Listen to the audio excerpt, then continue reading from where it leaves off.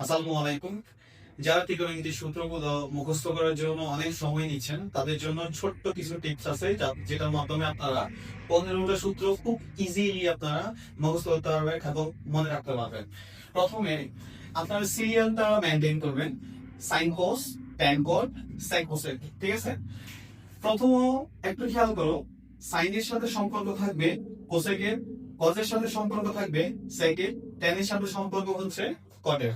এখানে একটু খেয়াল করো, যদি একা থাকে তাহলে তার সূত্র আসবে ডাবল।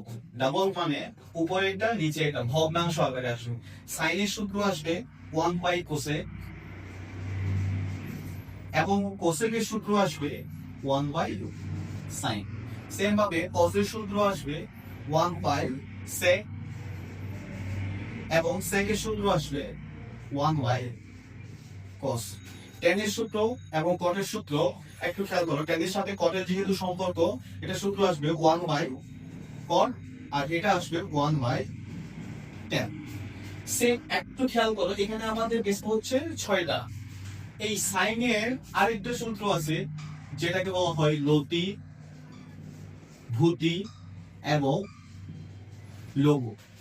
আর এটার ক্ষেত্রে একটু খেয়াল করো, এই সাইনের সাথে যেহেতু সম্পর্ক কোসেকের, কোসেকের বেলায় লতি এর জায়গায় হবে 3, ভূতির জায়গায় হবে 3, জাস্ট উল্টা করে নিবা তোমরা, আর লঘুর জায়গায় হবে ভুল, ঠিক আছে?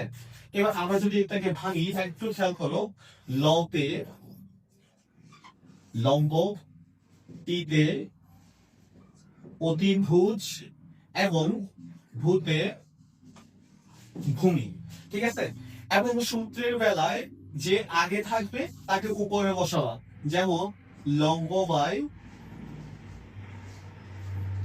অতিভুজ, ভূমি বাই অতিভুজ, লম্ব বাই ভূমি এবং ভূমি বাই লম্ব, অতিভুজ বাই ভূমি, অতিভুজ বাই লম্ব। এভাবে তুমি খুব সহজে 12টা মুখস্থ করতে পারবে, ঠিক আছে?